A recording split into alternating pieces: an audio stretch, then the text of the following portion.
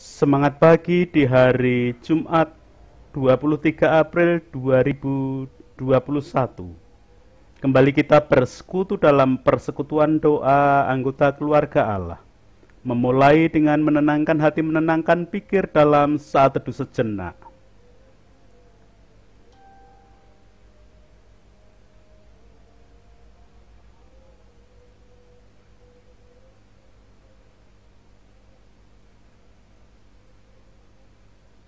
Pertolongan kita hanya berasal dari Allah yang telah menciptakan langit bumi beserta segala isinya. Kasih karunia dan damai sejahtera yang dari Allah Bapa kita dan Tuhan Yesus Kristus ada pada saudara sekalian. Amin. Anggota keluarga Allah, perenungan Sabda hari ini menggunakan tema dan judul dalam ungkapan Jawa, ngubak-ubak swakane dewi. Ngubak-ubak swakane dewe berarti membuat kerusuhan di rumah atau di lingkungan sendiri. Hal ini umumnya terjadi karena iri dengki terhadap orang lain.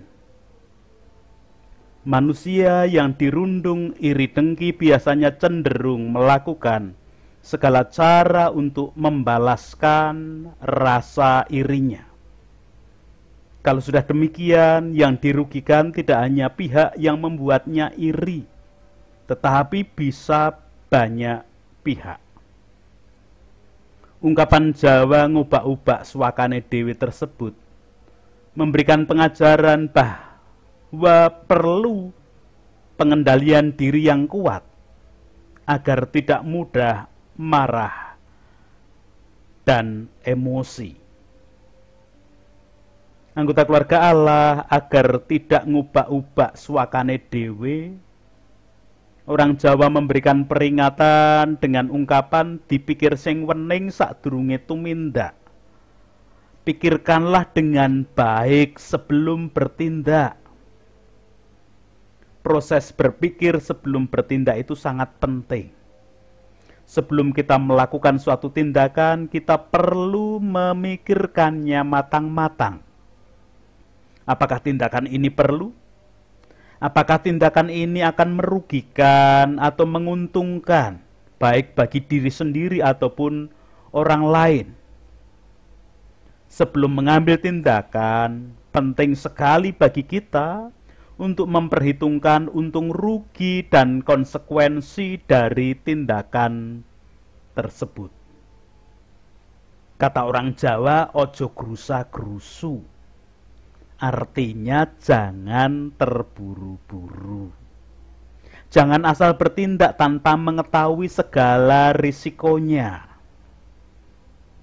Orang yang bisa selamat adalah orang yang berhati-hati dalam hidupnya, sadar akan segala tindakan yang dilakukan, sadar akan segala pikiran yang mendasari setiap keputusan atau tindakan yang diambil. Anggota keluarga Allah, para imam agama Yahudi pernah melakukan tindakan ngubak-ubak swakane dewi. Setidaknya itu yang tersirat dalam leksionari bacaan kedua hari ini. Kita akan membaca dan merenungkan leksionari bacaan kedua tersebut. Kisah para Rasul pasal yang keempat, ayatnya yang pertama sampai dengan ayat keempat, demikian. Ketika Petrus dan Yohanes sedang berbicara kepada orang banyak, mereka tiba-tiba didatangi imam-imam dan kepala pengawal bait Allah serta orang-orang Saduki. Orang-orang itu sangat marah karena mereka mengajar orang banyak dan memberitakan bahwa dalam Yesus ada kebangkitan dari antara orang mati. Mereka ditangkap dan diserahkan ke dalam tahanan sampai keesokan harinya karena hari telah malam. Tetapi di antara orang yang mendengar ajaran itu, banyak yang menjadi percaya, sehingga jumlah mereka menjadi kira-kira 5.000 orang laki-laki. Demikian kesaksian Kisah Para Rasul 4 ayat 1 sampai dengan ke-4. Anggota keluarga Allah. Peristiwa yang sedang terjadi adalah setelah para murid menerima Roh Kudus dalam peristiwa Pentakosta, mereka bercerita dan memberitakan tentang Yesus yang disalibkan pada hari ketiga dibangkitkan Allah dari antara orang mati.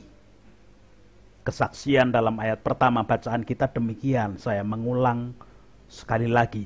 Ketika Petrus dan Yohanes sedang berbicara kepada orang banyak, mereka tiba-tiba didatangi imam-imam dan kepala pengawal bait Allah serta orang-orang Saduki. Orang-orang Saduki adalah kelompok imam agama Yahudi yang tidak percaya adanya kebangkitan orang mati. Dengan demikian kita bisa mengetahui bahwa yang mendatangi Petrus dan Yohanes adalah kelompok orang yang tidak percaya adanya kebangkitan orang mati.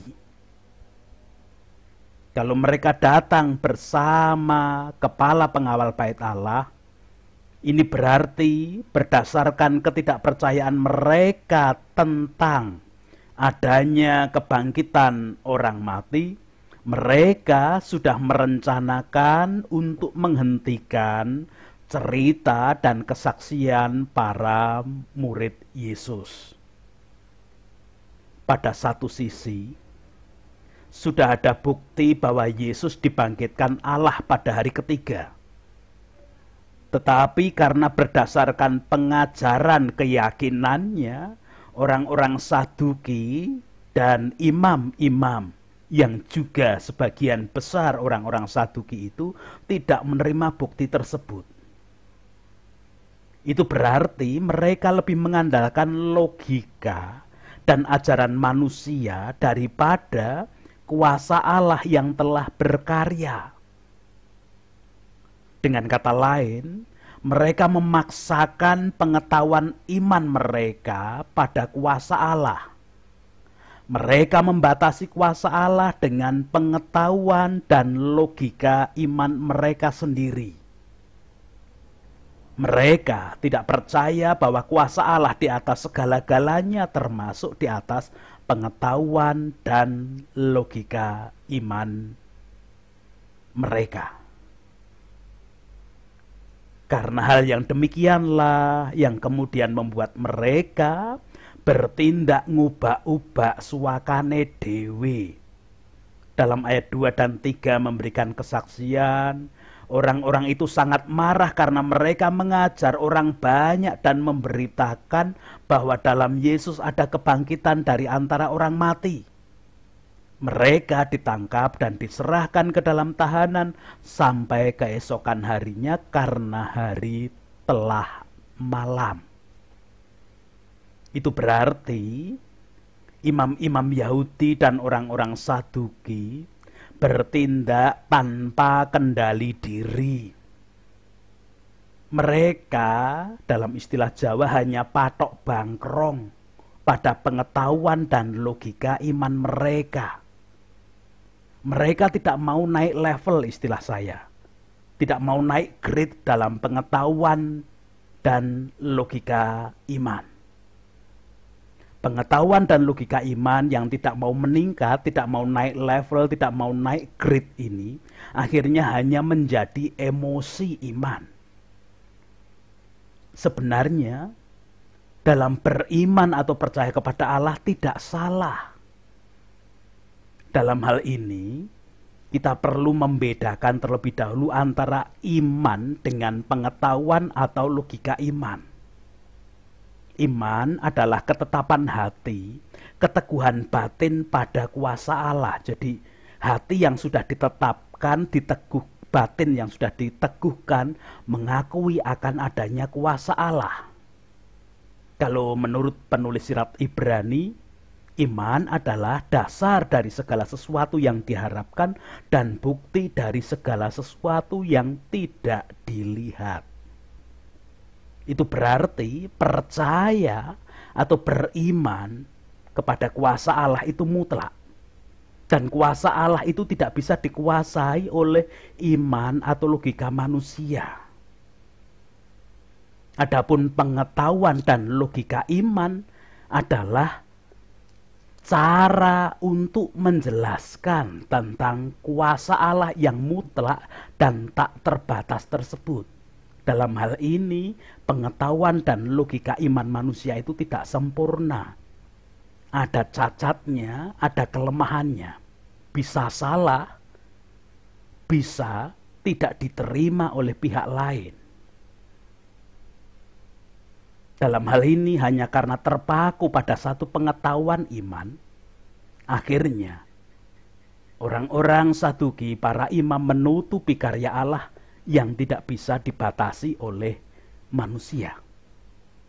Dampak buruk lain adalah menjadikan kerusuhan di lingkungan, bahkan di antara orang Yahudi sendiri, ngubah-ubah suakane dewi.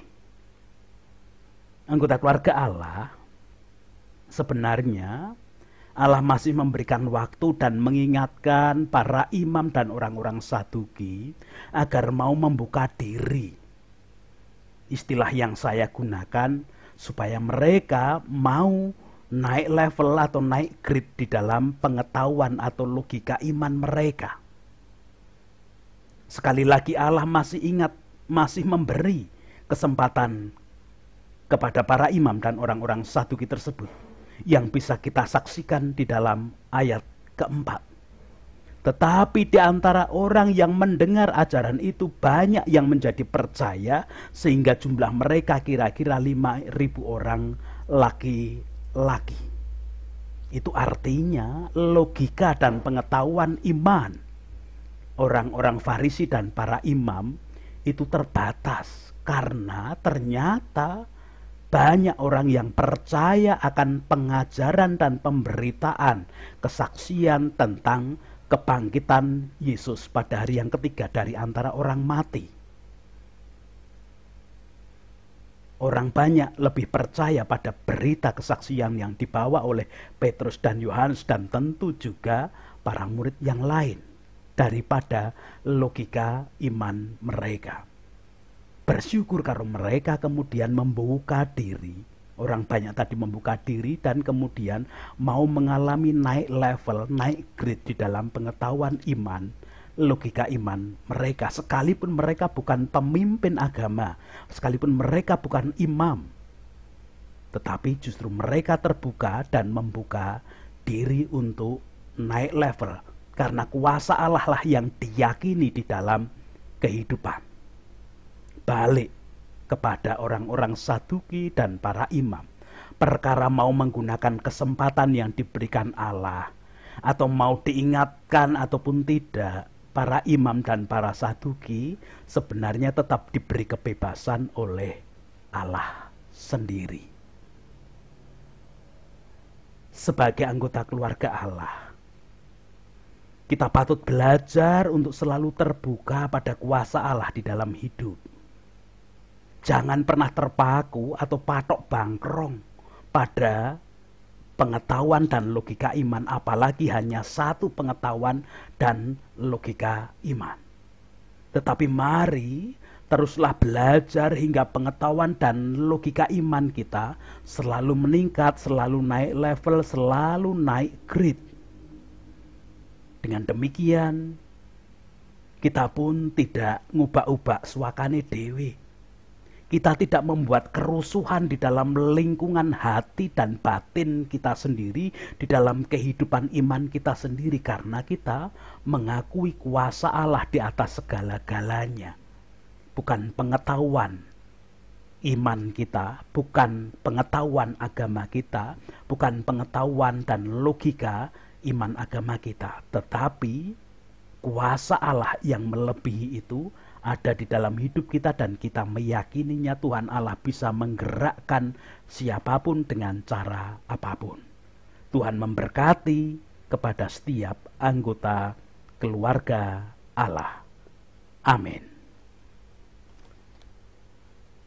Anggota keluarga Allah, karena sadar betapa terbatasnya kita, siapa kita di hadapan kuasa Allah. Kalau kita membatasi dengan logika dan pengetahuan baik agama ataupun iman kita pun, kita tidak akan merasakan kuasa Allah di atas segala-galanya. Untuk itu mari kita menanggapi sabda hari ini dengan menyatakan diri berserah kepada Yesus di dalam Kidung Jemaat 364. Berserah kepada Yesus, tubuh, roh, dan jiwaku. Ku kasihi, ku percaya, ku ikuti Dia terus. Aku berserah, aku berserah kepadamu, Juru Selamat. Aku berserah, berserah kepada Yesus, di kakinya ku sujud. Nikmat dunia ku tinggalkan, Tuhan terima anakmu. Aku berserah, aku berserah kepadamu, Juru Selamat. Aku berserah, berserah kepada Yesus. Aku jadi milikmu. Berilah rohmu meyakinkan bahwa kau pun milikku. Aku berserah, aku berserah kepadamu, Juru Selamat. Aku berserah.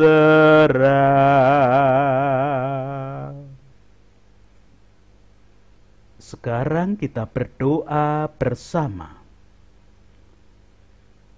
Puji, hormat, dan syukur kemuliaan hanya bagi nama Allah yang hari ini bersabda mengingatkan kami di dalam kehidupan keyakinan kami, di mana di dalam beriman, berkeyakinan, percaya kepada Tuhan Allah, kami harus selalu membuka diri terhadap kuasa Allah, tidak membatasi kuasa Allah dengan pengetahuan dan logika iman kami sendiri, agar kami tidak membuat kerusuhan di dalam batin dan iman kami sendiri. Kami tidak ngubah-ubah suaka kami sendiri.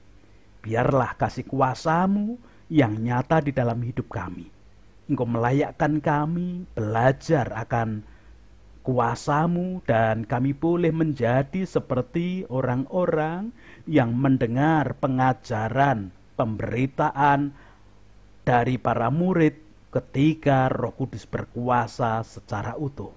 Dengan demikian kami boleh menjadi anggota keluarga Allah yang berbahagia karena selalu meningkat semakin dewasa di dalam keyakinan iman kami. Hari ini, apapun aktivitas kami haturkan ke dalam tangan kasih kuasa-Mu. Bidang pekerjaan yang kami jalani, bahkan kami yang sudah purna dari kegiatan kedinasan, dari ketugasan, biarlah kasih kuasa-Mu tetap nyata kepada kami.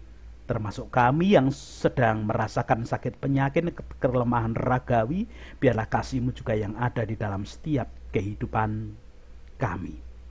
Tetap mengajak anak-anak kami untuk belajar, merasakan kasih kuasa-Mu di atas segala-galanya, sekalipun mereka juga sedang belajar di masa-masa sulit karena suasana pandemi COVID saat ini. Belajar jarak jauh dan kadang tanpa pengajaran mereka harus mengerjakan banyak tugas, bahkan tiba-tiba harus mengerjakan soal-soal tes, soal-soal ujian. Biarlah kasih kuasa-Mu yang nyata bagi anak-anak kami. Kami tetap berdoa untuk para pemimpin kami dari tingkat pusat sampai pedesaan-pedesaan, wakil rakyat, tokoh masyarakat, tokoh agama dalam setiap kondisi dan keadaan. Komponen bangsa dan negara baik di bidang medis, masyarakat seutuhnya, biarlah bekerja sama bahu-membahu membangun kehidupan. Terlebih dalam suasana pandemi ketika saat ini juga diajak oleh pemerintah untuk sadar diri dengan mobilisasi kegiatan yang berpindah-pindah bisa berdampak tidak baik dengan suasana pandemi. Namun biarlah kasih kuasa-Mu yang tetap nyata bagi kehidupan semuanya, termasuk program vaksinasi. Biarlah kami tidak mengandalkan vaksin di atas segala-galanya, tetapi kuasa Tuhan lebih di atas semua kegiatan dan program, termasuk logika-logika manusia di dalam bervaksin saat ini. Kegaduhan tentang vaksin, biarlah kasih-Mu juga yang menjadi penyempurna untuk kebaikan bagi semua. Bangunan kehidupan toleransi di dalam berbangsa bernegara, saling menghormati, saling menghargai satu dengan yang lain sekalipun berbeda latar belakang, prinsip dan keadaan. Biarlah kasih-Mu yang tetap nyata bagi semuanya. Kami tetap percaya kuasa-Mu di atas segala-galanya. Gereja-gereja Tuhan yang Tuhan pakai, Tuhan panggil untuk membangun kehidupan semakin baik, biarlah mewujudkan dan merasakan kasih kuasa-Mu di atas segalanya. Termasuk di dalam kami mau mendukung teman-teman saudara kami yang masih merasakan dampak bencana yang terjadi, baik banjir, gempa bumi, ataupun bencana-bencana yang lain. Kasih kuasa-Mu nyata. Itu Tuhan doa kami, permohonan kami. Ampuni dosa dan kesalahan kami, ampuni dosa kesalahan para pemimpin kami, wakil rakyat, tokoh masyarakat, tokoh agama, dan semua komponen bangsa dan negara ini. Semua kami pinta di dalam Tuhan Yesus Kristus. Amin. Sekarang bersama-sama melanjutkan kehidupan dengan tetap membuka diri akan kuasa Allah bisa terjadi dalam kehidupan kita dengan peristiwa apapun. Kita menerima berkat-Nya. Kasih karunia dan damai sejahtera yang dari Allah Bapa kita dan dalam Tuhan Yesus Kristus, di dalam persekutuan dengan Roh-Nya yang kudus tercurah, melingkupi, menguasai, melayakkan setiap anggota keluarga Allah, terbuka untuk selalu memperkokoh keyakinan iman akan kuasa Allah. Amin.